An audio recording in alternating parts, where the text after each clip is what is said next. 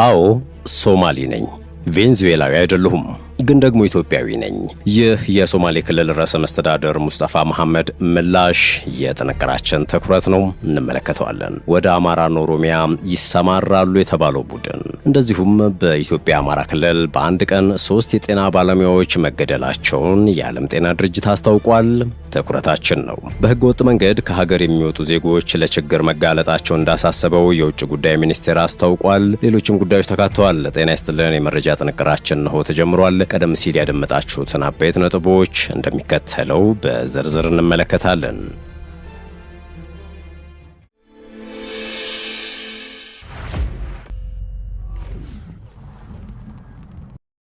ወደ ቀዳሚ ጉዳያችን አመራን። አዎ ሶማሊ ነኝ፣ ቬንዙዌላዊ አይደለሁም፣ ግን ደግሞ ኢትዮጵያዊ ነኝ። የሶማሌ ክልል ርዕሰ መስተዳድር ሙስጠፋ መሐመድ ባለፉት ጥቂት ሳምንታት የሶማሌ ክልል ርዕሰ መስተዳድር ሙስጠፋ መሐመድና የሶማሌ ክልል አስተዳደር ላይ ያነጣጠረ የስም ማጥፋትና ገጽታ ማጠልሸት ወይም ካራክተር አሳሲኔሽን ዘመቻ ሲደረግ እንደቆየ የክልሉ መንግስት በይፋ አስታውቋል። የሶማሌ ክልል መንግስት ኮሚኒኬሽን ቢሮ ይፋ ባደረገው መግለጫ ይህ የስም ማጥፋትና ገጽታ ማጠልሸት ወይም ካራክተር አሳሲኔሽን ዘመቻ ሲደረግ የከረመው በተቀናጀ የሚዲያ ክንፎቻቸውና የቀድሞ ገዢዎች ጥምረት ነው ብሏል። ነገር ግን ክልሉ በሀገር ውስጥና በውጭ ሀገር በተናበበ መልኩ ተደረገ ያለው የስም ማጥፋት ዘመቻ በሐሰተኛ መረጃ ማጣሪያ ስራዎች በሚገባ ፎርሽ መደረጉንም ነው በተከታታይ ባወጣቸው የማስተባበያ መግለጫዎች ያረጋገጠው። ይህ ዘመቻ በሶማሊኛ የተደረጉ ንግግሮችን በመቆራረጥና አውድ በማሳት ያልተፈጸመ ተግባርን በመፈብረክ አንድም የተረጋገጠ መረጃና ምንጭ ያልተካተተበት ነው ያለ ሲሆን አብዛኛው የዩቲዩብ አድማጭ ሶማሊኛ አይሰማም፣ የፈለግነውን ቆራርጠን እናሰራጭ በሚል ተራ ስሌት የተቀነባበረ ነው ሲል አክሏል። ዋነኛ ዓላማው በሶማሌ ክልል መሪዎች ላይ የገጽታ ማጠልሸት ዘመቻ ማድረግ፣ በሰላምና መረጋጋት እየተጓዘ የሚገኘውን ክልል ማተራመስ ቢሆንም የተሰጣቸው ተልዕኮ አልተሳካም። በርካታ ኢትዮጵያውያንም የውሸት ዘመቻውን ተረድተዋል ነው ያለው። አቶ ሙስጠፋ መሐመድ ከስልጣን የምነሳ ከሆነ ኢትዮጵያ ትፈርሳለች አሉ፣ የብልጽግናንም ስም ቀየሩ፣ የአልሻባብ ደጋፊ ናቸው ወዘተ የሚሉ ዘመቻዎች ቢደረጉባቸውም አንድ በአንድ ሐሰት እንደሆነ በማስረጃ አሳይተናል ብሏል ቢሮው። የሚዲያ ዘመቻውን በተመለከተ ከክልሉ ኮሚኒኬሽን ቢሮ በተጨማሪ ፕሬዝዳንት ሙስጠፋ መሐመድ ባይፈርስ ከተሰኘ የዩቲዩብ ሚዲያ ጋር ባደረጉት ቃለ ምልልስ ለጥቂቶቹ ስም አጥፊዎች ምላሽ ሰጥተዋል። ከነዚህም መካከል አንዱ ደምና አጥንታችን ሶማሌ ነው አሉ ለሚለው የሰጡት ምላሽ ነው። ርዕሰ መስተዳድሩም ልክ እንደ አሰፋ ጫቦ ኢትዮጵያዊ ማንነቴና ሶማሊነቴ አይጋጭም በማለት አዎ ሶማሊ ነኝ፣ ቬንዙዌላ አይደለሁም፣ ግን ደግሞ ኢትዮጵያዊ ነኝ በማለትና ይህ ንግግር ስህተት የሆነው የቱ ጋር ነው ይላሉ። በሶማሊያ ለምሳሌ ሶማሌ ነኝ ብለሃል፣ በአማርኛ ኢትዮጵያዊ ብለሃል። ይጋጫሉ እንዴ ሁለቱ? አሁን ብዙ ጊዜ የሚቀርበው አካሄድ እኔ ስለ ሶማሌ ሳወራ ነው። ሶማሌ ማውራት እኮ አለብኝ። ሶማሌ ነኝ ማለት እኮ ኢትዮጵያዊ አይደለም ማለት ነው። አፋር ነኝ፣ ኦሮሞ ነኝ፣ ትግሬ ነኝ እንደምትለው ነው። ከዚህ ውጪ ርዕሰ መስተዳድሩ የተዘመተባቸውና ተቆርጦ የተቀጠለባቸው የታላቋ ሶማሊያ አቀንቃይ ናቸው የሚለው ነው። በመሰረቱ በሶማሊኛና በአማርኛ የተለያየ ትርጉም ያለው መልእክት አልናገርም የሚሉት ነገር ግን አለ ከተባለም የሶማሊኛ ንግግሮች የተተርጉመው ይቅረቡ ሲሉ በራስ መተማመን መልሰዋል። ሙስጠፋ ቀጥሎም ሶማሊ ነኝ ማለት ትግሬ፣ አማራ፣ ኦሮሞ ነኝ ከማለት በምን ተለይቶ ሌላ ትርጉም ተሰጠው ሲሉ ጠይቀው ከዚህ ቀደም በነበሩ አገዛዞች ዘላን ሰርጎ ገብ ተብለን ስንጨቆን ልቡ የሸፈተ ሊኖር ቢችልም እኛ ዘንድ ግን እንዲህ አይነት ነገር የለም ሲሉ መልሰዋል። የታላቋ ሶማሊያ ፍላጎት አላቸው የሚል ከሆነ የታላቋ ሶማሊያ ፍላጎት ያለው የሶማሌ ክልል ህዝብ በአሁኑ ሰዓት የለም። ፕሬዝዳንቱ ጠቅላይ ሚኒስትር አብይ እኔን ከስልጣን ሊያነሱኝ ይፈልጋሉ፣ ይህ ከሚሆን ግን ኢትዮጵያ ትፈርሳለች አሉ በሚል ተራግቧል። ሙስጠፋ መረጃዎችን ለህዝብ ማጥራት ተገቢ እንደሆነ ባምንም ይህን መሰል በሬ ወለድ ቁም ነገር ብሎ መልስ መስጠት ግን አያስፈልግም ይላሉ። ነገር ግን የተቀጣጠለው ድምፅ ፍጹም ሐሰት ስለመሆኑ ከ5 ዓመት በፊት የተደረገውን ውይይት መመልከት የራስን ፍርድ መስጠት ይቻላል ሲሉም እንዲህ መልስ ሰጥተውበታል። ከ5 ዓመት በፊት በሆነ ሶሻል ሚዲያ ዲስካሽን ላይ የተናገርናቸው ነገሮች ናቸው እንደ በውስጥ መረጃ እንደተገኙ ተደርጎ የቀረቡት። የሶማሌ ክልል ርዕሰ መስተዳድር ሙስጠፋም ለተዘመተባቸው ስም ማጥፋት ዘመቻ የሰጡት መልስ ይቀጥላል። ሙስጠፋ ብልጽግና ሲመሰረት ስሙን ከኢትዮጵያ ብልጽግና ወደ ብልጽግና ቀይረዋል የሚለውን ወሬ በተመለከተ በለበጣ ሳቅ እንዲህ ሲሉ መለሱ። የብልጽግና ስም ላይ ስሙት ስለተነሳ አብረው ይመልሱ። ስለዚህ ያህል ፓወር የለኝም ብልጽግና ውስጥ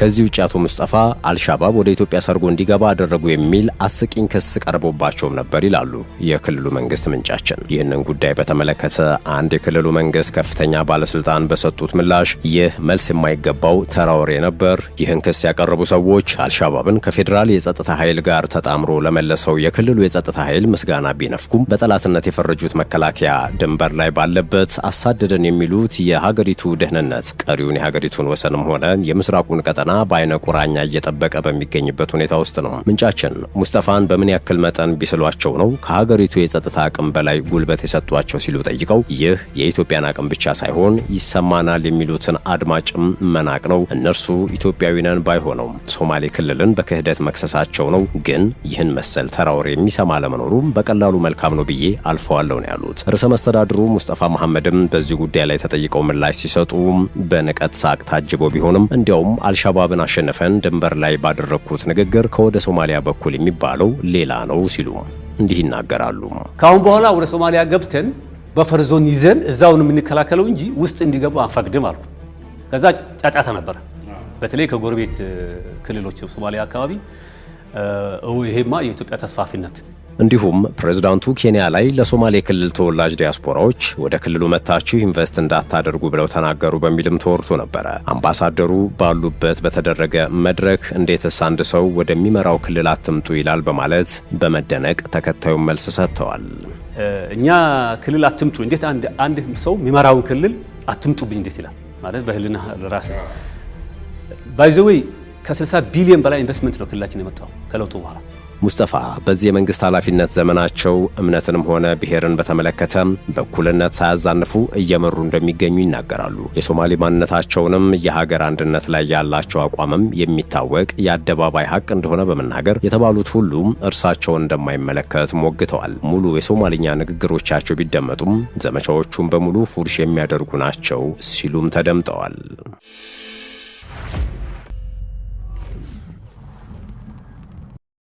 ወደ ሌሎች ጉዳዮቻችን እናምራ።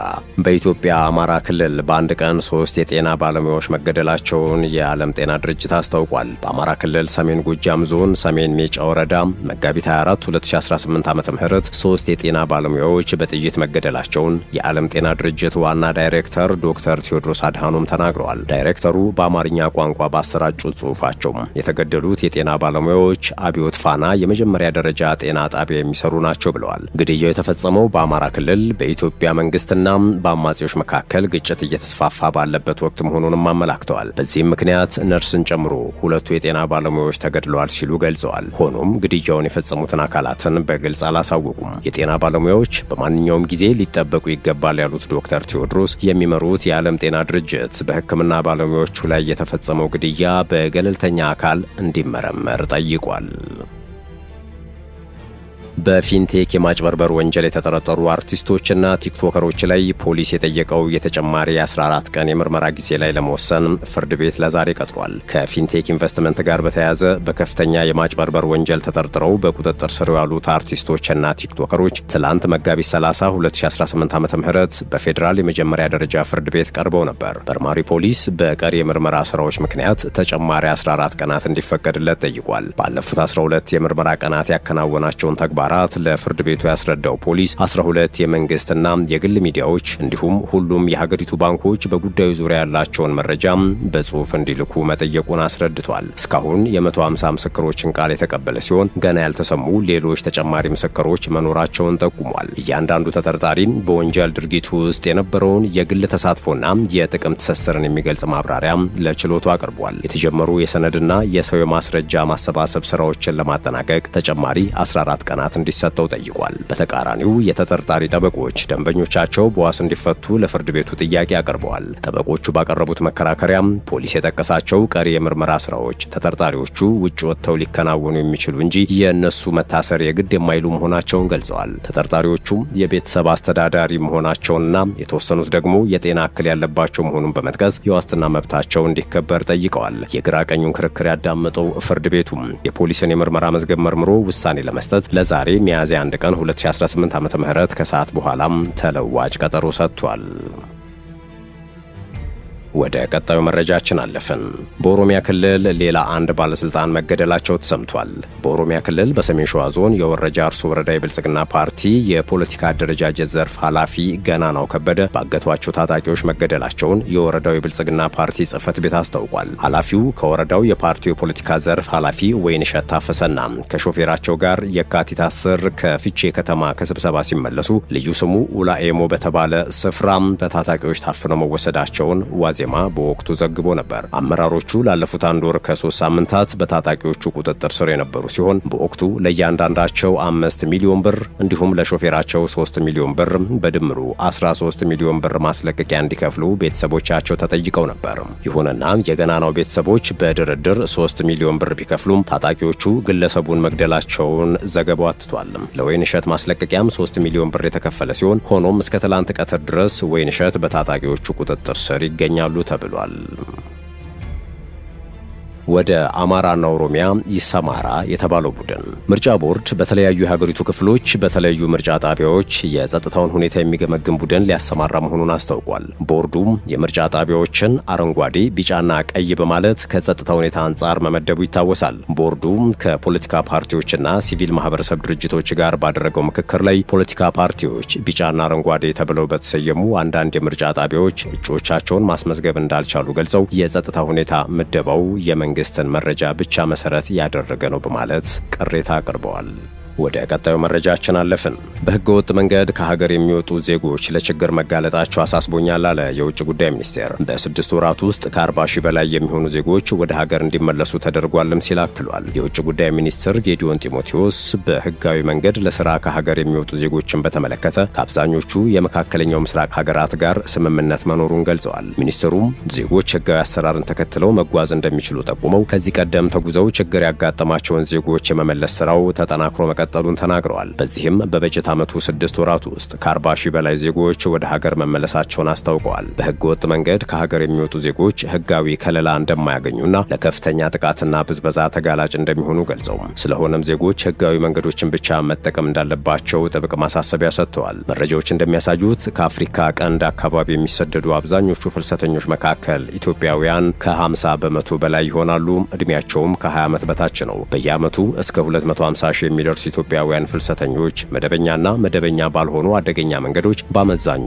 ወደ መካከለኛው ምስራቅ ሀገራት እንደሚጓዙ የኢትዮጵያ ሰራተኞች ማህበራት ኮንፌዴሬሽን መረጃ ያሳያል። ውድ የሸገር ታይምስ ቤተሰቦች የሰዓቱ የመረጃ ጥንቅራችን ይህን ይመስል ነበር። ስላዳመጣችሁን አመሰገንን። በያላችሁበት ሰናይ ጊዜ ይሆንላችሁ።